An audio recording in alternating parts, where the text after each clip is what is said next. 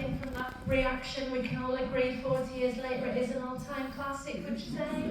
Yes.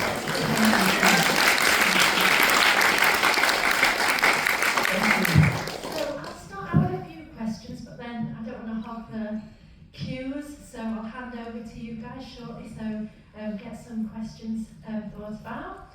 I think my first question, Susan, is if you could just tell us a bit about the origin story of the film and how it came to be and how you got attached to the project.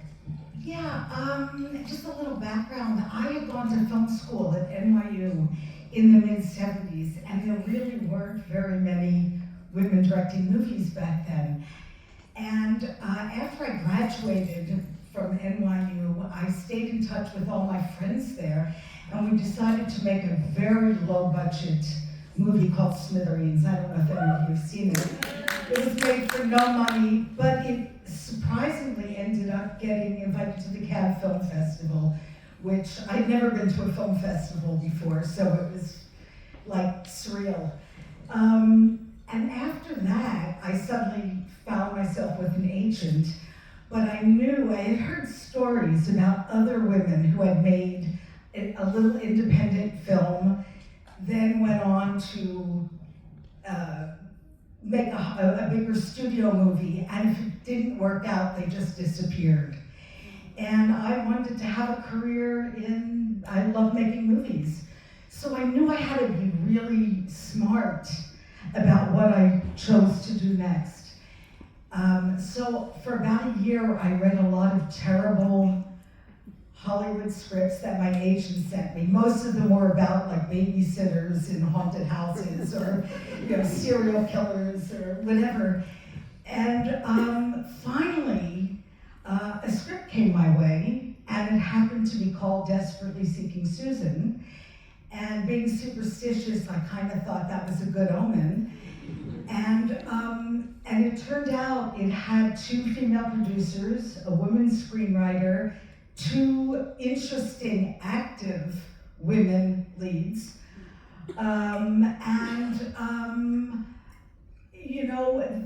That kind of opportunity doesn't come around that often. So it really was just waiting for the right script to come along. And that's what happened. And that was in, I guess I read it in 1983.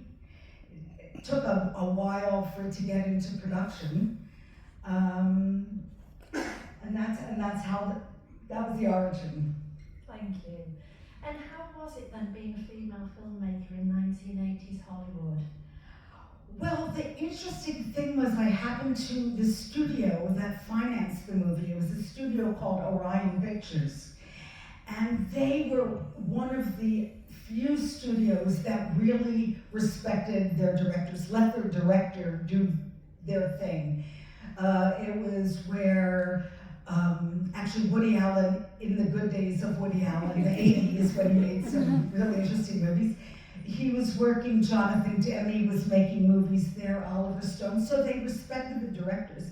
So in a way, the fact that I had done, basically the short answer is they left me alone, so it wasn't really a problem being a woman. And also, I was filming in, one of the things I liked about this movie was that it was set in a world that I kind of understood.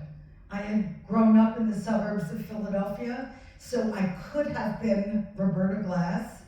I left the suburbs to become Susan. I moved downtown, I moved to the East Village. And so I understood that world as well. So it was, in a way, it was the perfect fit for me at that time. Great, thank you. And do you have a favourite scene from the film, or one that was most fun to direct? I do, but I want to just mention something about, for me it was also really important to collaborate with people that were on my wavelength. So this was the first movie that cinematographer Ed Lockman, who went on to do a lot of wonderful movies. He was nominated, if any of you saw Carol, he was nominated for an Academy Award for that. And Santo Loquasto, who did great movies like Broadway Danny Rose, and he did those Woody Allen movies of the mid-'80s. We all kind of knew that we wanted to create two different worlds with different color palettes. That the suburban world would be very beige and peach and kind of neutral, and then the downtown world of Susan, of Madonna, would be very gritty but magical. So the streets were all very, rough, and New York was still falling apart a little bit at that time. But Ed lit them with a lot of colored gels, so we kept the grittiness, but added some magic. So I have two different sections. One of my favorite scenes is actually just the opening shot of when Roberta looks out. She leaves her party, looks out over the bridge, and we see the bus arriving, and then Madonna getting off the bus with the suitcase, going into Port Authority, and doing the armpit thing, which, in all fairness to Madonna, that was not, it was written in the script that she dries her face with the hair blower, but she, while we were filming, just turned it around and lifted her arm. So I think I learned that from that scene. Yeah. So that little section, because to me, it's about crossing into another world, and the music has this tinkling, magical sound. The score was by Tom Newman, who went on to do a lot of great movie scores. In fact, I can hear a little bit of her score. If you've ever watched The Player, the Robert Altman movie, The Player, you can hear this sound. American Beauty, you can hear this same kind of sound. So that's my favorite little sequence, because it's like Alice in Wonderland, the bored housewife following the mysterious white rabbit up down the rabbit hole into Wonderland. And then the other sequence that was just so much fun to shoot was the Danceteria sequence, where, it's fish out of water stuff, where Gary Glass shows up at the club, and originally it was scripted just as a dialogue scene, standing at the bar. And then I thought it would be really funny to put Gary Glass in the middle of the room and let him have to interact with all these people that kind of made him feel uncomfortable. So that was just a fun sequence to direct. And from your book, I know that's the scene where Madonna said, "Oh, why don't we just pop into the groove on?" Yeah, it's true. Usually when you film those dance scenes, you just put on temp music to get the crowd dancing to the same beat.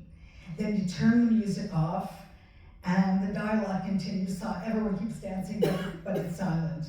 So you can record the dialogue. And then when we were doing the rehearsal the night before, she said, "Oh, I have this tape. Can I bring it in?"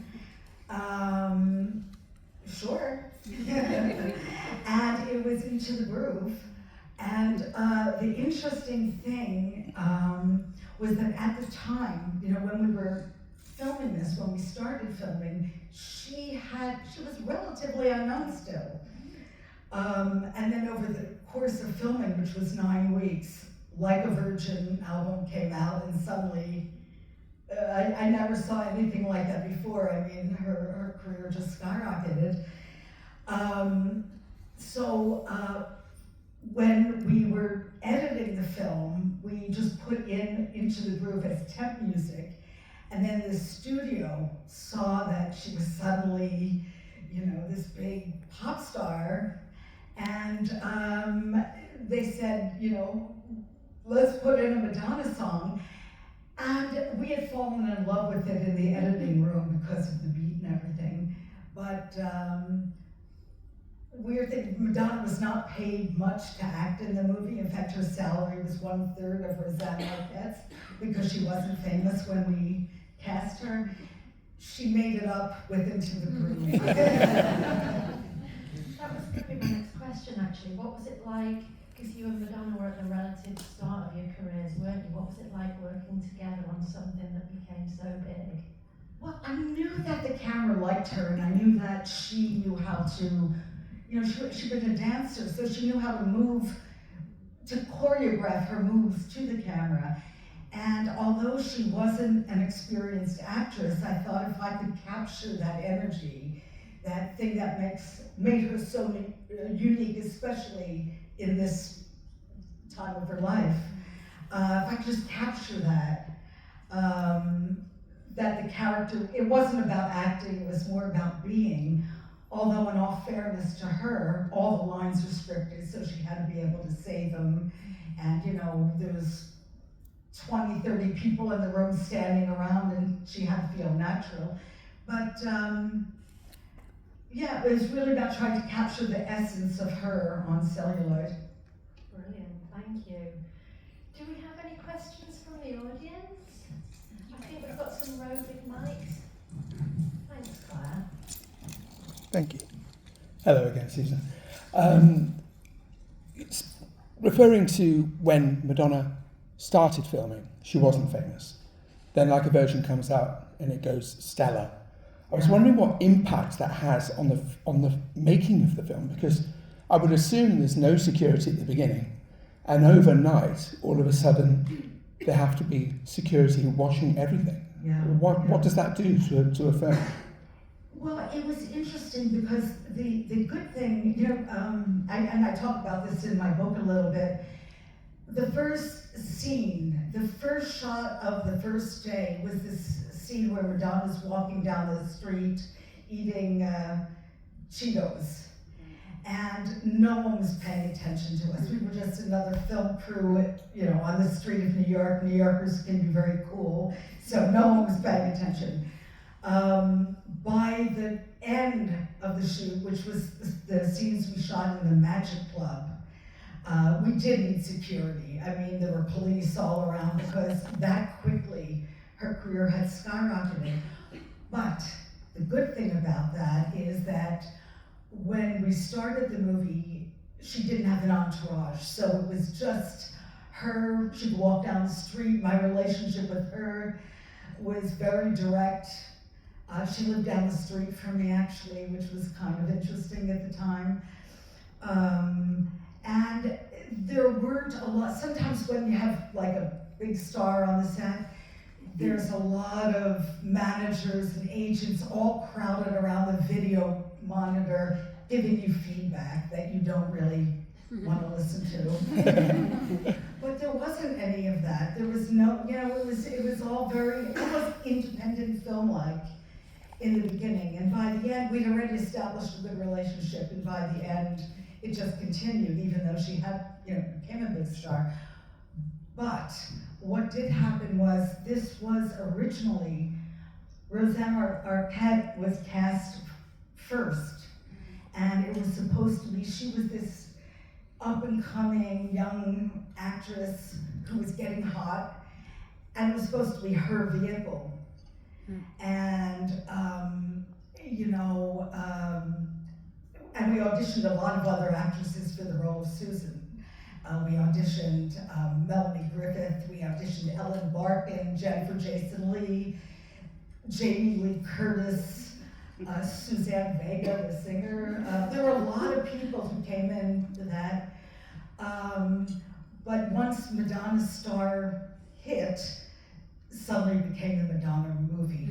And that's what the studio used in their advertising. But it really is the story of the two of them. And Rosanna Arquette really, she does a great job. But I think that it did have an effect on the attitude, because it really was a female buddy movie. And there weren't too many of them back then. A lot of guy buddy movies, but not women. But for marketing, I understand why they called it Madonna. Of course. Thank you very much. Thank you. Did you audition many Garys, by the way? Thank you. He's just perfect at playing that square fish out of water Gary. Yeah, we did. I don't remember who all of them were, but we did. But what was great about him is he has sort of, he knew how to make fun of himself, but in a nice way. And to me, some of the funniest scenes are actually him and Laurie Metcalf. Just that duo is very funny. And weirdly enough, and what was wonderful about making the movie in terms of casting, it was really the first on-screen performance for John Turturro. Had never been in a movie. Laurie Metcalf never before. Giancarlo Esposito, if you know him. I mean, he just plays a guy hawking sunglasses on the street. There's a lot of little cameos in there that when you go back, you go, oh yeah, isn't that so-and-so?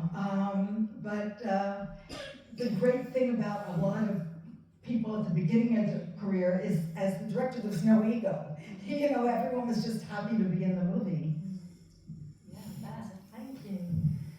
Okay, in the middle here, I think. Do you still have regular contact with Madonna? I do not. I mean, there's many Madonnas, aren't there, in a way? And I knew this Madonna. We kept in touch for about 5 years afterwards. And I really, you know, I liked her, but her life is, you know, she has a very busy life. So we haven't kept in touch. Although I was pleased to see that she actually wore the jacket, the pyramid jacket, and posted it on Instagram in honor of the 40th anniversary. So I was pleased that she did that. Oh yeah, and just one other thing I wanted to mention. To me, this really is a female love story. You know, it really is the sort of infatuation story of these two women, because they do kind of cross, their lives intersect in many ways.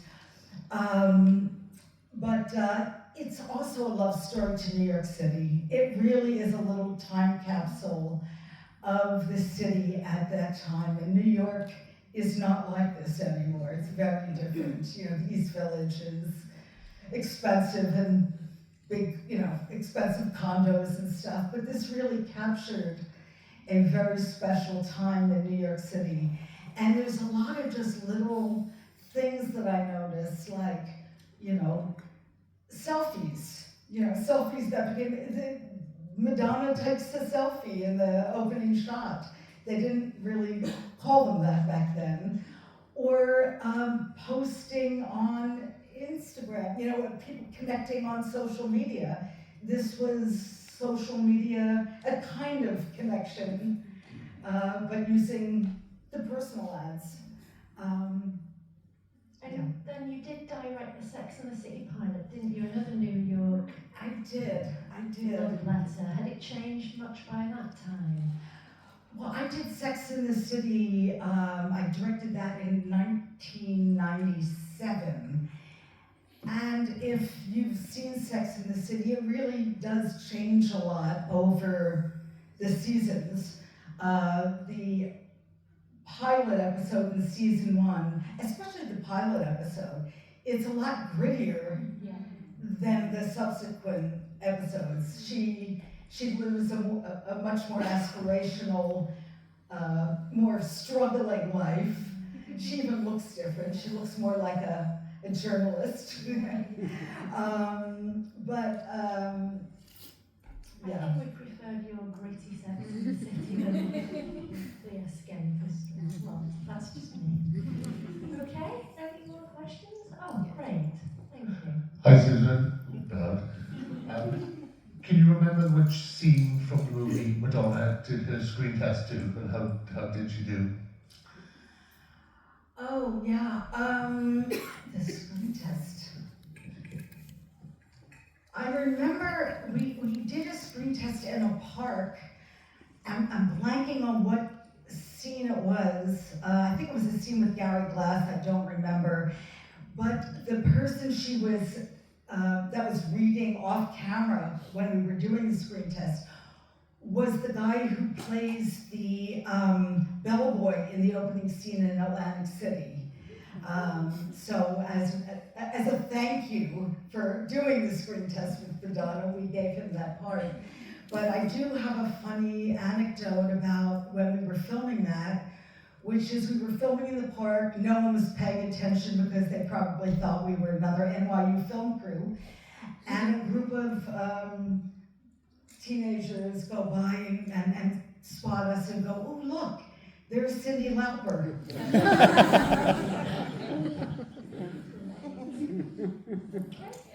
Yeah, great, thanks. Hi, Susan. I Thank you. Excellent. Just love it. I was going to ask, has there ever been any plans to do a sort of follow-up about how they are 40 years later, 30 years later? Great idea. Yeah, it's interesting because it's come up, but sometimes I think I think that this is a great little time capsule, a little, you know, the little engine that could, you know, this little movie that ended up lasting for 40 years, and I worry about ruining it, you know. I think that those characters now are very different. It would have to be such a different kind of story, you know. I ask myself, would they be friends now? Would they be, I don't know, but I just sort of like the legacy of this and don't want to ruin it. No, maybe if they had kids, their kids could meet, I don't know, but I don't think I would want to direct that, but, yeah, but great question. In the book you talk about the alternate ending, that might be the adventures of Rosanna and Susan. In the script, we had a different ending. In the screenplay, the original screenplay, and we filmed it, the two women at the very end, they get a reward for the earrings, and they end up in Egypt. And the film, the scene that we filmed, we shot it in a sand pit in New Jersey, and we rented 2 camels, and there they are on the camels, you know, in this sand pit, and we were going to then optically just put in a pyramid in the background. And we filmed it and everything, and then we had, you know, in LA, or when you make a studio movie, they do a lot of screenings to get feedback from the audience.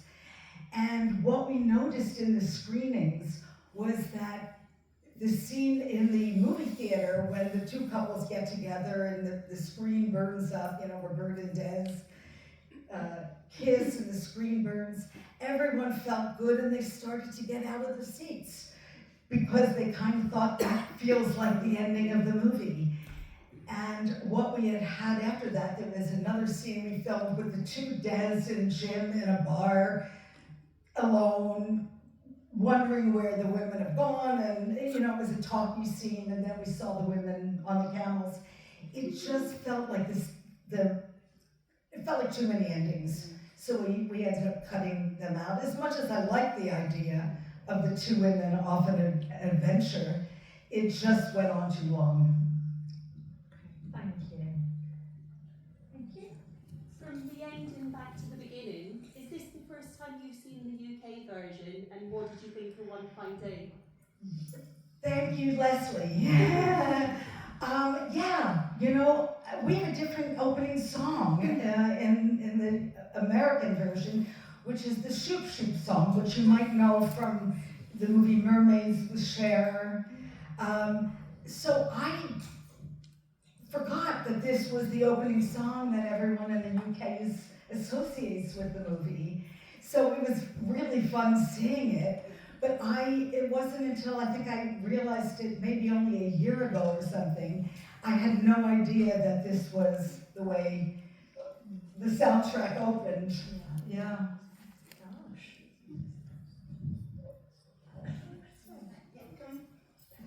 Thank you. Hi, Susan. When you finished your directing course, and you said you waited a long time to do a film, was this the perfect film you felt proud of 40 years years on. I'm sorry, could you talk a little louder? I said, you said that when you went to directing school, when you came out, you waited a long time to make a film, and it had to feel right. So was that so perfectly right that that's how it feels 40 years on? Yes. Yeah. Again, because there were so few women, and I knew that it was so hard to break into the industry, and my goal had never been originally to make a studio movie. I liked making, I started out in the indie world, but I knew that you really needed to be clever if you wanted to have a career, and that not only did you need to wait to get the right script, you had to wait to get the right team, because it really is collaborative. Making a movie is very collaborative, and if you're working with the wrong people and you're all making different movies, you can feel it when you watch a movie. So, yeah. Hello. I know you said that the film is a bit of a time capsule, and obviously it's referring to a point in time 40 years ago, but whenever I watch it, I still think it's really fresh, it still feels really edgy, and I was wondering what you think, how does one make a timeless movie like that, as opposed to one that doesn't get stuck in the past? How does somebody else say? How does one make a timeless movie like this, one that kind of feels very of its time? Because I feel like this does feel timeless, it doesn't feel like it's stuck in that one point in time. It feels like it's a story that still is fresh today. Yeah. It's interesting, because I think with this movie, or I hope, I hope, the theme, the idea of reinventing yourself, the idea of, it really is about, I think the reason people relate to it is it's about being your authentic self, or having the courage to take that leap of faith, have an adventure, and be who you really want to be. And that's a theme that is timeless. The fashion is very 80s, the details are 80s, but I think in terms of the big picture, it is timeless. And you never know if that's going to be the case. So I'm thrilled that we're all here watching it 40 years later. But I think it's because the theme just is universal, and hopefully, everyone can relate to it. Did that answer your question? Thank you. Hello. You have a cameo from the long lost triplets as she walks into the place. Yeah. How did they get involved, and why did you choose to include them? Yeah. One of the things that I wanted, there's a lot of people, when you make a movie, there's so many people involved, and sometimes things can be not spontaneous because you want, there's so much planning and everything. I'm sorry, the lights. Air conditioning broken. But I like when things feel alive and spontaneous. So what happened, we were filming that scene with Madonna walking into the newspaper office, walking down the street, literally, just accidentally walking down the street were 3 triplets. And when somebody pointed them out to me, I said, can they be in the movie? And then asked them if they wanted to be in the movie. And since this was a movie about doubles, it just seemed appropriate that triplets should be in it too. But it was just on the, at that moment, they just happened to be there. Yeah. I think that might have to be. Oh, okay. No, you've got your hand up. Let's yeah. A lot of pressure on the final question.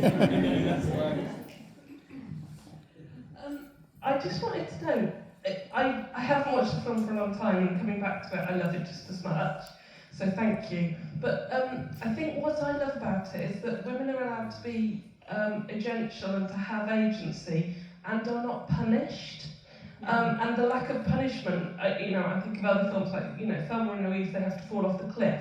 They're not punished. Did you have any fight for that? Or I find it surprising, even in contemporary films, when women are allowed to just get on with it and have a happy ending. Yeah. Well, that was one of the things I liked most about it. Again, growing up, going to film school in the 70s, it was during the decade of buddy movies where the guys got to be active and have all the fun. And when we made this movie, it happened that a woman's studio executive finally had the power to greenlight a movie if it could be made cheaply. This was made for under $5 million, which for Hollywood was cheap. And she was very much a feminist of the 70s, Gloria Steinem, kind of feminism, second wave feminism. And I think she liked that. That was one of the reasons she greenlit the movie, is because the women do have agency and they get to be active and have an adventure. And the idea, I wanted them to have fun. Once we had this studio executive on our side, she kind of let me run with it. And that's one of the things that appealed to me about the script initially. Yeah, great question, thank you. Thank you, and thank you, Susan. You've been so generous with your time and bringing the film here to Cardiff. Thank you so much. Can we give a big hand for Susan?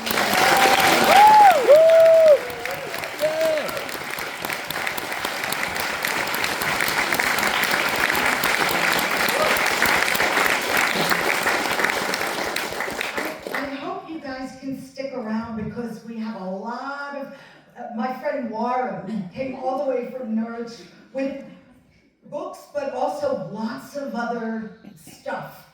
So there's a room in the back.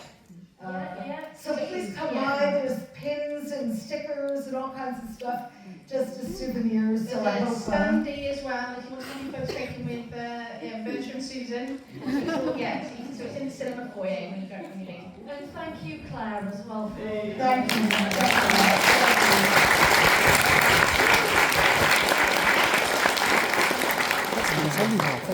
That's